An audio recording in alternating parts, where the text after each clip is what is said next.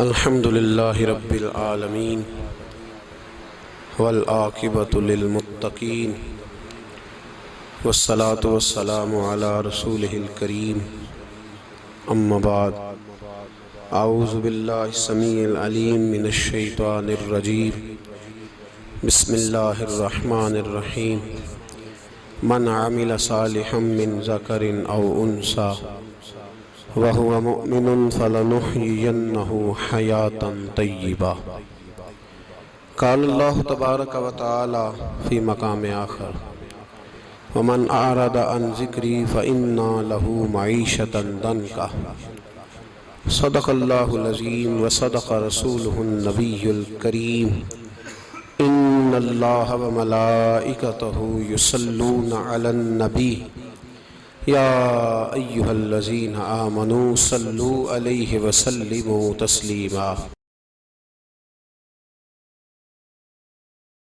اللہم صلی علی سیدنا و مولانا محمد معدن الجود والکرم وآلہ وصحبہ وبارک وسلم۔ عزیز دوستو، انسانی زندگی اثرات لیتی ہے، اچھے اثر بھی ہوتے ہیں، برے اثر بھی ہوتے ہیں۔ انسان کو موسم کا اثر بھی ہوتا ہے، انسان پر اس کے خاندان کا اثر بھی ہوتا ہے، انسان پر صحبت کا اثر بھی ہوتا ہے۔ بالکل اسی طرح انسان پر اس کی نیکی کا اثر بھی ہوتا ہے اور گناہوں کا اثر بھی ہوتا ہے۔ نیکی دل کو سکون دیتی ہے، گناہ انسان کو پریشان کر دیتے۔ نیکی اللہ کی رحمت کو متوجہ کرتی ہے۔ پھر حالت یہ ہوتی ہے کہ انسان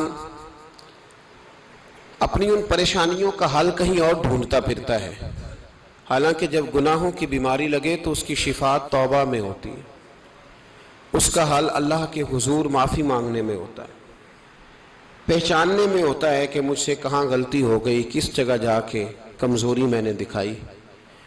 ہر انسان اچھی، ٹھنڈی، خوبصورت، سکھ والی زندگی چاہتا ہے۔ اللہ کریم نے سورہ نحل کے اندر ارشاد فرمایا من عمل صالحا من ذکر او انثی، فرمایا جو بھی اچھے عمل کرے، چاہے مرد ہو چاہے عورت ہو، وَهُوَ مُؤْمِن، شرط یہ ہے کہ مومن ہو، فَلَنُحْيِيَنَّهُ حَيَاةً طَيِّبَةً، فرمایا ہم اسے پاکیزہ زندگی عطا فرما دیں گے، حیات طیبہ دے دیں گے اسے، پاکیزہ زندگی۔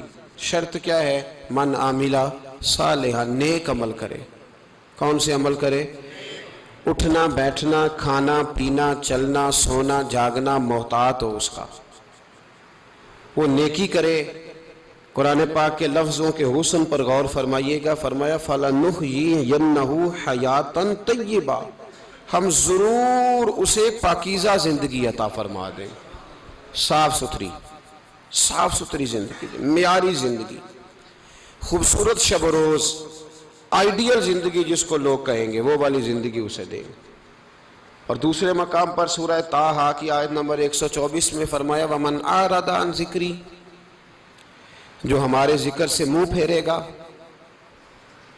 جو ہمارا کھا کے چہرہ کسی اور طرف کرے گا، جو چلے گا ہماری زمین پر لیکن توجہ کسی اور طرف ہوگی، آسمان کی چھت ہماری بنائی ہوئی لیکن اس کے خیالات کہیں اور ہوں گے، فَإِنَّ لَهُ مَعِيشَةً ضَنْكًا، فرمایا ہم اسے تنگ زندگانی عطا کر دیں گے، اس کی زندگی تنگ ہو جائے گی، اس کی معیشت تنگ ہو جائے گی۔ گناہ زندگی کو تنگ کر دیتے ہیں، نیکی زندگی میں آسانی پیدا کرتی ہے۔ آپ کو اگر زندگی میں سکون چاہیے ہو تو آپ کسی غریب کی خدمت کر کے دیکھیں، اللہ کتنا سکون عطا کرتا ہے۔ آپ بڑے پاورفل بھی ہیں، بڑے طاقتور بھی ہیں اور بڑے باوقار بھی ہیں، لیکن کسی کو گالی دے کے آپ کا دل کبھی ٹھنڈا نہیں ہوگا، تکلیف ہوگی، اس کے اندر آزمائش ہوگی۔ ڈاکٹر ریسرچ کرتے ہیں، ڈاکٹر وہ کہتے ہیں گناہ کرنے سے آدمی جسمانی طور پر کمزور ہوتا ہے،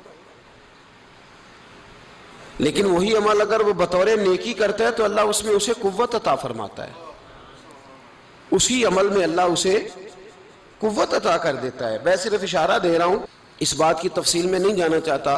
میرے عزیز یہ یاد رکھیں کہ نیکی آپ کو سکون دے گی، نیکی آپ کو ٹھنڈا کرے گی۔ اللہ تبارک و تعالیٰ نے قوموں پہ عذاب نازل کیا،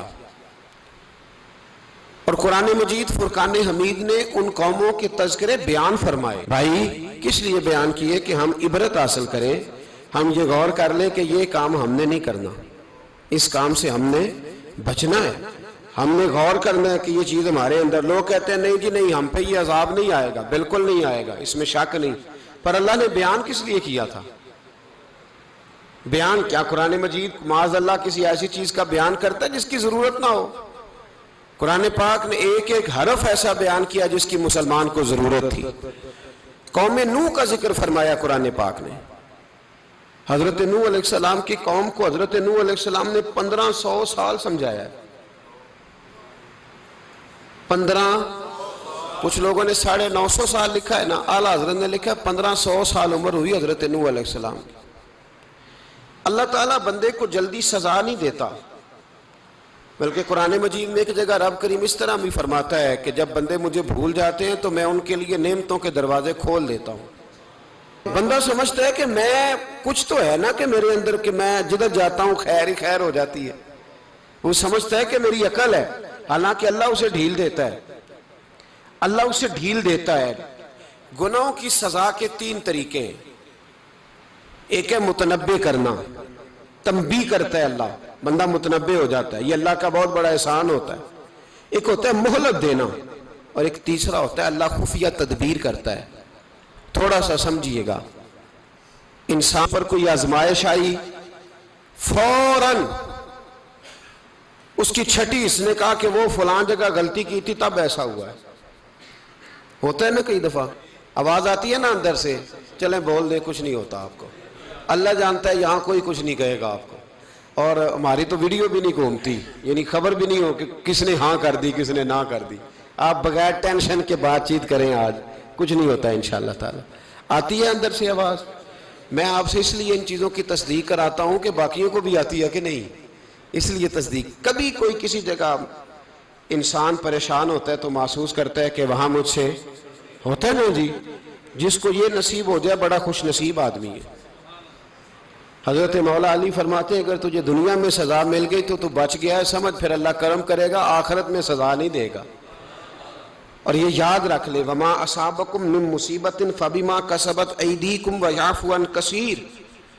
اللہ فرماتا ہے دنیا میں تجھے جو بھی تکلیف پہنچتی ہے وہ تیرے ہاتھوں کے کرتوتوں کی وجہ سے پہنچتی، ویعفو عن کثیر، فرمایا کثیر گناہ تو میں ویسے ہی معاف کر دیتا ہوں۔ یہ جو تیری زندگی میں دکھ ہے نا، یہ بھی میری قلیل سزائیں ہیں۔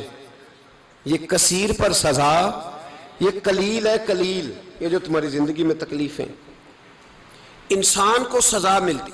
حضرت فضیل بن عیاض رحمۃ اللہ تعالی علیہ گھوڑے پہ بیٹھے تھے، گھوڑا شرارت کرنے لگ گیا، اچھلنے لگ گیا، کودنے لگ گیا، تو حضرت فضیل بن عیاض نیچے اترے، ایک کونے میں جا کے نماز کی نیت باندھ لی، 2 رکعت نماز پڑھی، پھر دیر تک استغفار پڑھتے رہے، روتے رہے، دعا کرتے رہے، واپس آئے۔ خادم عرض کرنے لگے حضور سمجھ نہیں آئی، گھوڑے نے تھوڑی سی شرارت کی، وہ بدکا ہے، آپ نے اس کو چھوڑا ہے اور چھوڑ کر کے آپ نماز میں لگ گئے۔ تو حضرت فضیل بن عیاض فرمانے لگے جب بندہ اللہ کی نافرمانی کرتا ہے نا تو جو چیزیں اس کی فرما بردار ہوتی ہیں وہ اس کی نافرمانی کرنے لگ جاتی۔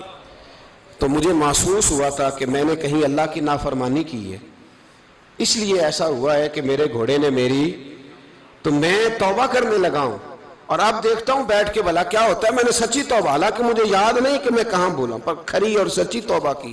دوبارہ گھوڑے پہ بیٹھے تو گھوڑا بالکل صحیح ہو کے ساتھ چلنے لگ گیا۔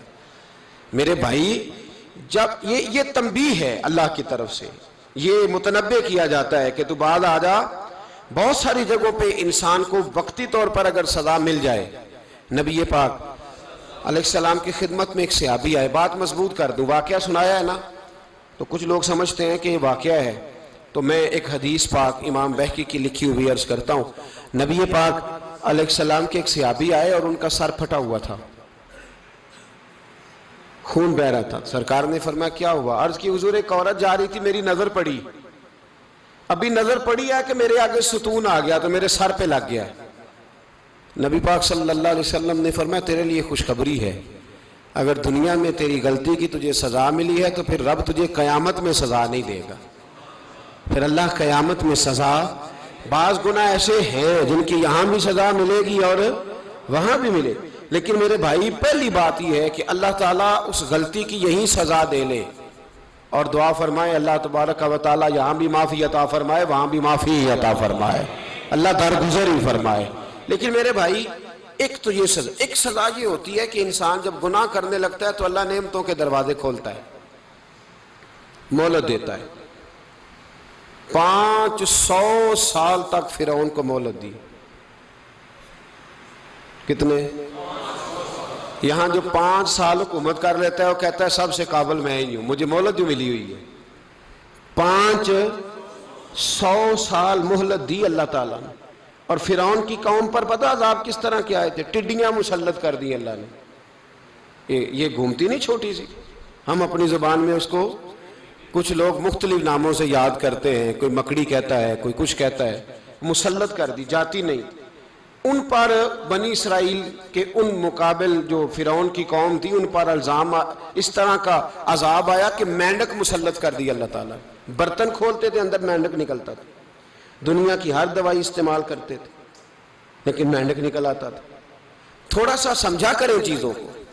ہمارے رنگ نہیں زیادہ گورے کہ ہم پر عذاب نہیں آتا.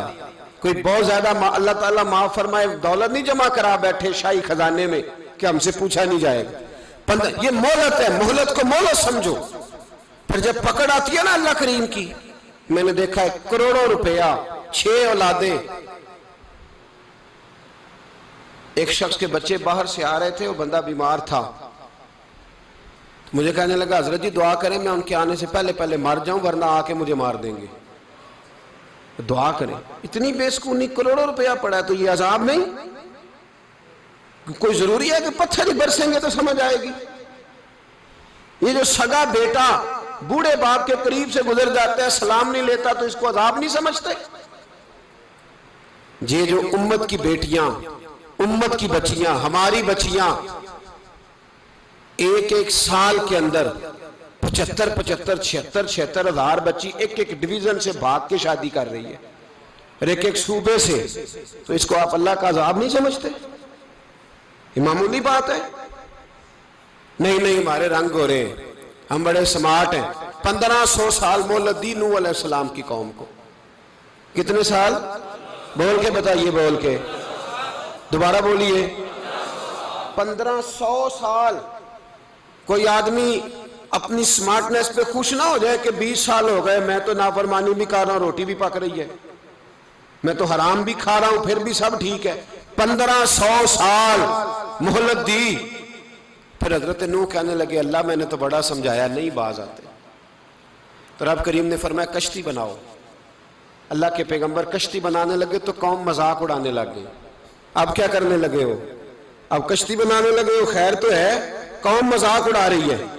حضرت نوح علیہ السلام کا آپ نے کشتی بنائی، پانی کہاں سے نکلا؟ نہ بارشیں ہوئی نہ سیلاب آئے. ایک تندور تھا اس کے اندر سے پانی نکلنا شروع ہو گیا.